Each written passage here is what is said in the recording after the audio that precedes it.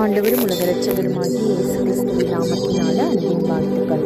வேதத்தில் ஒரு வசனத்தை நம்ம வாசிக்கலாம். ஆபகுக் தீர்க்கதரிசியின் புத்தகம் 2வது அதிகாரம் 3வது வசனம்.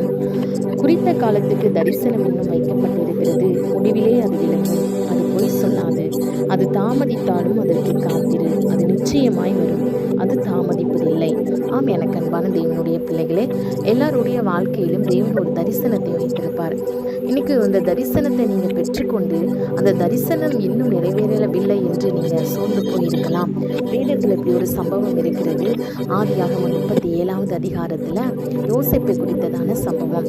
யோசேப்புக்கு ஆண்டவர் 17 வயதில் அவனுக்கு தரிசனத்தை கொடுத்தார். ஆனால் அந்த தரிசனம் 30வது வயதில் தான் நிறைவேறியது. இடைப்பட்ட காலத்தில் அவன் அநேக உபத்திரவத்தை கடந்து வந்தான்.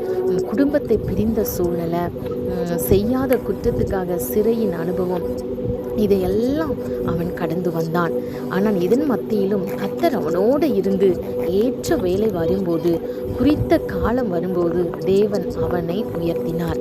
இன்றைக்கும் உங்கள் வாழ்க்கையில் குறித்த காலம் ஆண்டவர் வச்சிருக்கிறார். அந்த காலத்தில் கண்டிப்பாக நிச்சயமாக தேவன் அந்த தரிசனத்தை நிறைவேற்ற வல்லவராயிருக்கிறார், நிறைவேற்றுவார். நீங்கள் யோசேப்பு எப்படி பொறுமையாய் காத்திருந்தானோ அதே போல் தேவ சமூகத்தில் உபத்திரவம், பாடு, சூழ்நிலை எதுவாக இருந்தாலும் நீங்கள் தேவ சமூகத்தில் உண்மையாய் காத்திருங்க. ஆண்டவர் உங்களுக்கு கொடுத்த தரிசனம் நிச்சயமாய் விளங்கும், நிச்சயமாய் நிறைவேறும். அது பொய் சொல்லாது, அது நிச்சயமாய் நிறைவேறும். நீங்கள் ஜெபத்தோட அந்த தரிசனம் நிறைவேறுவதற்காக ஜெபத்தோடு நீங்கள் ஆண்டவருடைய சமூகத்தில் காத்திருங்க. கர்த்தர் உங்களை ஆசீர்வதிப்பாராக.